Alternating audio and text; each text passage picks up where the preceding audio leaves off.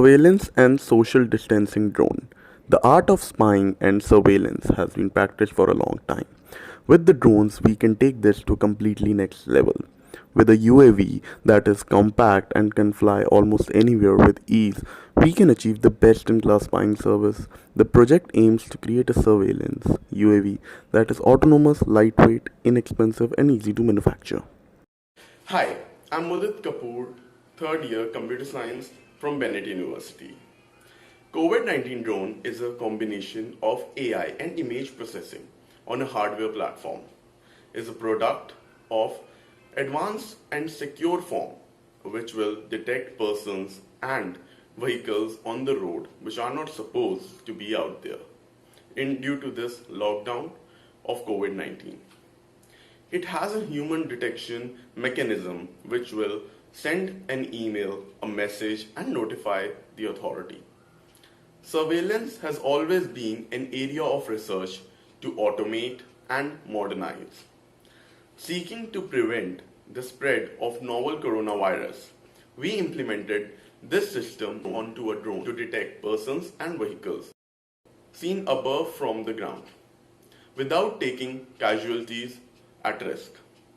Acting as a corona warrior to ensure social distancing and playing an important role on the path of winning over coronavirus. We used Python as our base programming language for the backend, and we used TensorFlow YOLO V3 inception model for very fast object detection and high accuracy based on RCNN, along with we used Coco dataset and OpenCV to get the desired output. Now my colleague Abhi Bothra will describe you how the code works. Thanks. Hi, this is Abhi Bothra, and today I'd be explaining our semester project, the surveillance and social distancing drone. To start with, first let us see the configuration files. This is coco.data. Coco is a model used to train the YOLO V3 model. It is a data set, and these two are the configuration files. YOLO v3 tiny.config is a light version of the YOLO v3.config file. This is a Coco dataset, and here we can see a way to download the Coco dataset, which is already being downloaded here in my repository. Moving on, these are some sample images which we got using this code. You can have a look.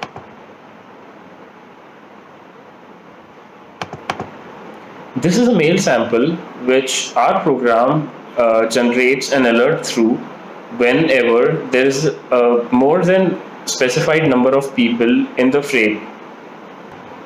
Moving on, this is a globe.py file. This is used to generate the mail when the number of people exceed the specified number. This is an image sent to the user through the mail. And here is the log file in form of array. This log file can be used in various ways. It contains the time of the image taken, the number of users, and the image.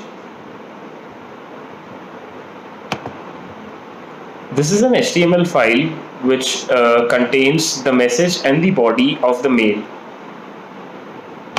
We have also given a resizer in case if your movie is too long and has a higher frame rate, so that you can convert it into a smaller frame rate. This is the main file of the whole program, SSDD.py. Here we have imported some of the classes which will be used in this program. Globe.minutes and the globe time and globe start comes from this globe.py file. 0.5 here represents half a minute, which means it will send an alert and check for the people in every 30 seconds. This can be changed from here. Here it checks for CUDA model. If there is a CUDA model, then this whole program runs on the GPU with a faster frame rate. Coming below, this is the code for sending the mail to the user. It says a log.csv file which is being sent with an image at the time where there are more than the specified number of users. So from an email, socialdistancing.drone@gmail.com to any email that a user has, we can send a email with a subject alert generated report. I have attached an image.png which we had seen here and a log file that is being stored here with the use of smtp.gmail.com server. Coming on to the detection phase, this is the code if the input is a video file, and if the input is from the camera, it directly goes here. We have set the frame width and height to showcase the output of the video.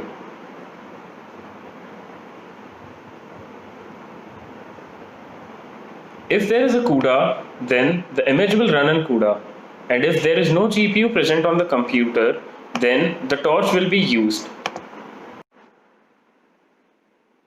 This is a code to display the FPS with the start time and the time elapsed and the time left. There is an object counter where if there are more than one person, then it updates on every person the total number of persons. Here, the classes are being loaded of the already trained dataset Coco. And we print the FPS with the time and the time elapsed.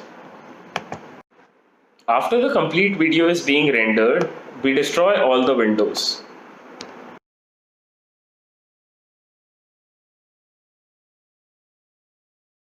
Now I'll give you a demo to our project. Opening the diary where the project is saved, we write python ssdd.py//video, then the video name, which is for now 2r.mp4, and then simply press enter. It takes some time to establish the connection from the net so as to send the email when the more than the specified number of people are detected.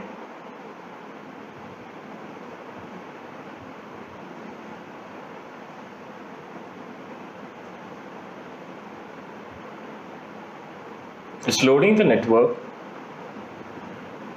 setting the paths, and then the OpenCV starts to work.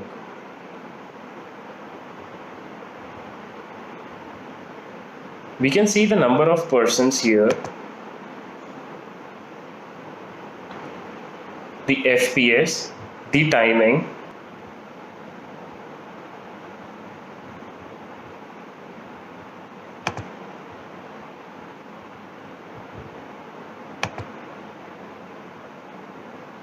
here. This means that it has sent the mail to my mail inbox. When I open my mail,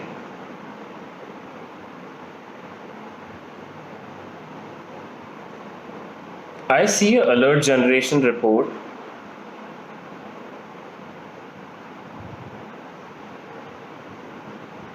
which I have received from the socialdistancing.drone@gmail.com with a whole lot of messages.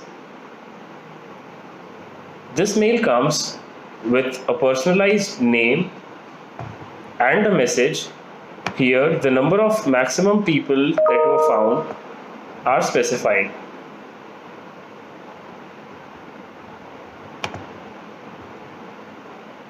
It sends an image of the people that were found and a log CSV file along with it.